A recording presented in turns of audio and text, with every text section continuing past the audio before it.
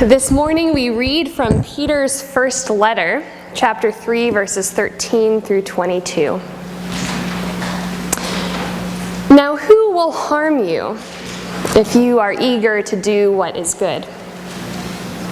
But even if you do suffer for doing what is right, you are blessed.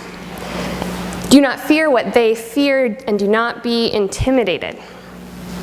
But in your hearts sanctify Christ as Lord. Always be ready to make your defense to anyone who demands from you an accounting for the hope that is in you. Yet do it with gentleness and reverence.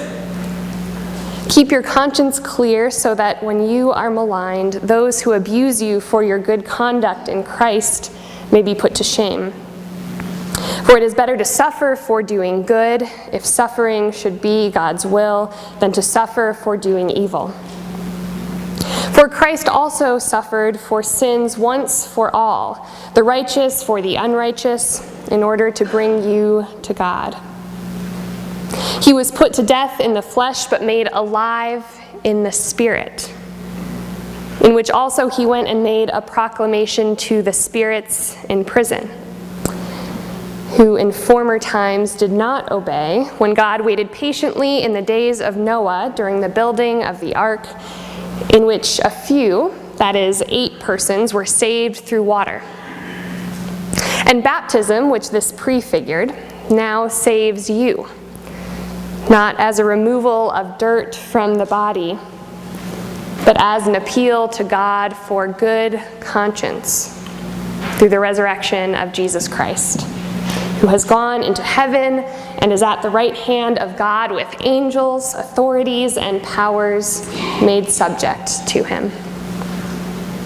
May these words be to us our light and our life. Thanks be to God. You could say I'm a morning person.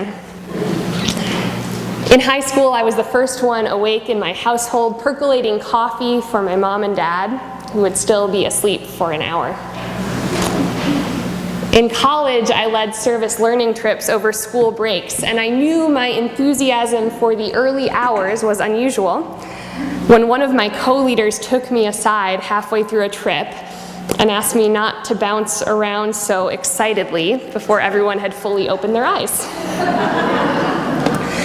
This past week, I was on retreat with colleagues at a Shambhala Buddhist center in the mountains of Colorado. And even in the quiet stillness of that place, I would wake everyone up at 6 a.m. for morning meditation with songs about moose and hippopotamuses. And blessedly, my colleagues were polite enough not to tell me to shove it. In the early morning, when crisp air prickles my arms with goosebumps, and a soft layer of dew makes the whole world smell clean and new, anything is possible. The day is a clean slate. My breath comes slowly and easily. I live in awe and wonder, and everything feels full of energy. But as the day goes on, the clean slate gets marked up. Someone cuts me off on Snelling on the way to work.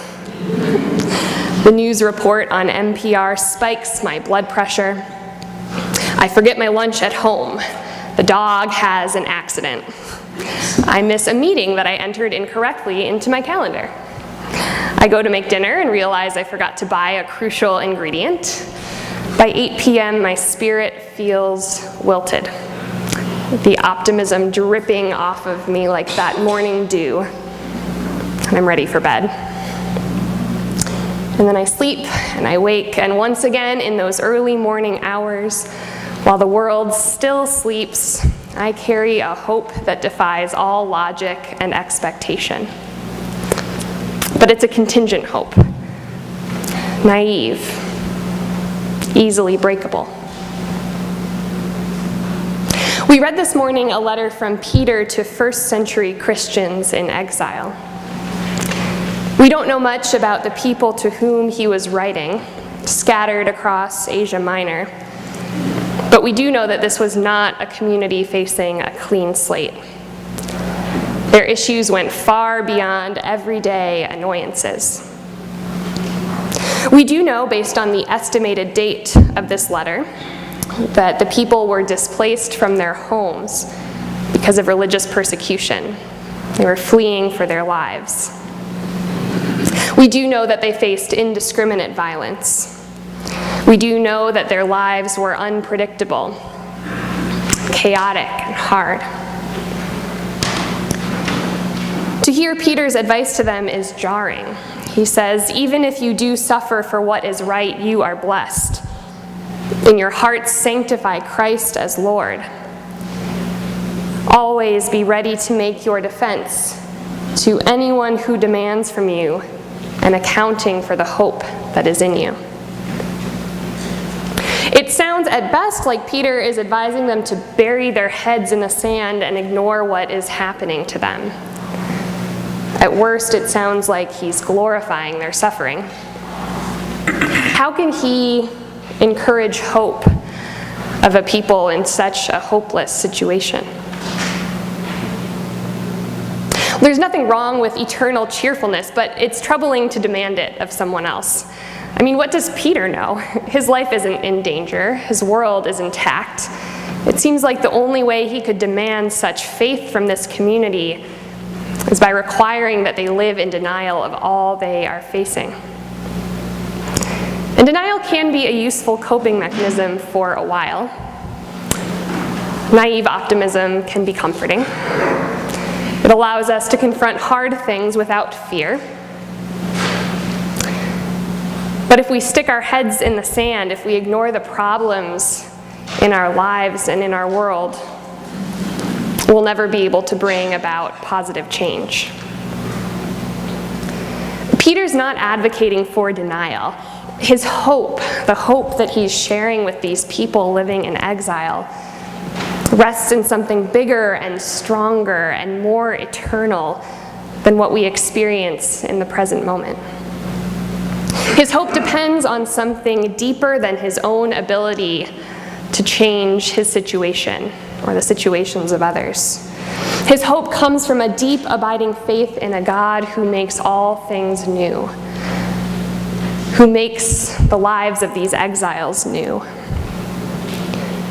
In a Christ who had died but was made alive in the Spirit, in a world where everything can look like it's dying, but that death is making space for new life to break in. This week I rested in the shade of groves of aspen trees. You probably know this because aspens are all over Minnesota, but I just learned that a single aspen tree is just a small part of this giant organism, connecting entire groves of trees through an extensive root system.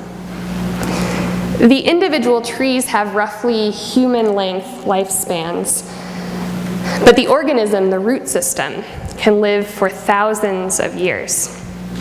80,000 years is the oldest that we have on record. And this fascinating thing happens. At some points, every tree in the organism might be dead. The whole thing can look hopeless for years, decades even.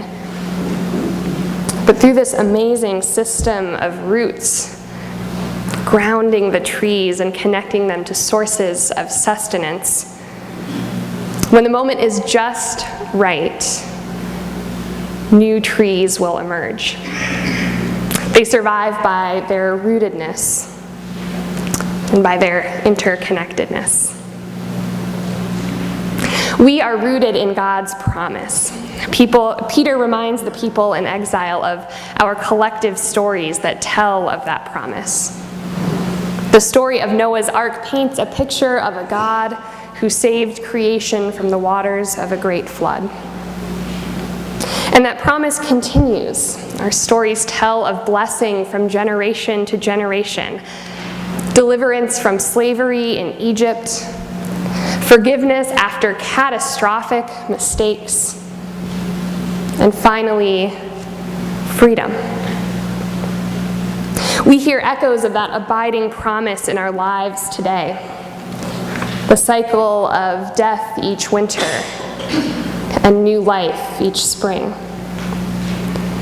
The miracle of modern medicine curing diseases that mere decades ago were deadly. The gift of accompaniment as we face our own communities that society has put in exile. The deep joy of relationships reconciled. But God's promise is not always easy to recognize. Life is hard, and if we are lucky, it is long. And we rarely have a clean slate to work from. Our roots may burrow deep, but if our trees fail to grow strong and produce leaves, it's hard to know where to find them. And that's why we need connection. Those roots don't exist for one tree alone, but for many, relying on the same source of goodness and sustenance, the same source of life.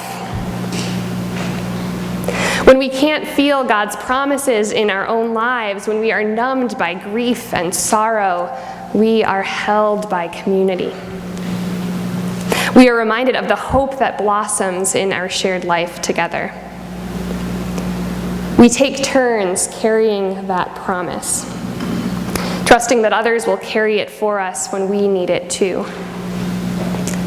When the dew drips off of us and our spirits wilt, we rely on one another to know that we are alive in the Spirit, animated by a force greater than us, and held by a love too big to fully imagine. A quote has been floating around the internet in recent months, attributed to many different people, from Michael Moore to Madonna. But the quote was actually written by a Denver woman named Amy Van Osdal. She writes in part, "This morning I have been pondering a nearly forgotten lesson I learned in high school music. Sometimes in band or choir, music requires players or singers to hold a note longer than they actually can hold a note.